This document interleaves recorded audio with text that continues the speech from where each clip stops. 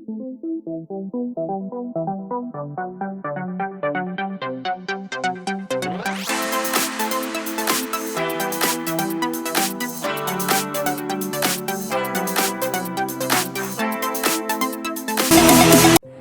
नाम पुनीत राज है। मैं फोक्सवैगन पटना में अपनी नई कार वर्टस की डिलीवरी के लिए आया हूँ। मेरा एक्सपीरियंस फोक्सवैगन में काफ़ी अच्छा रहा। यहाँ पे मेरी मुलाकात सूरज जी से हुई।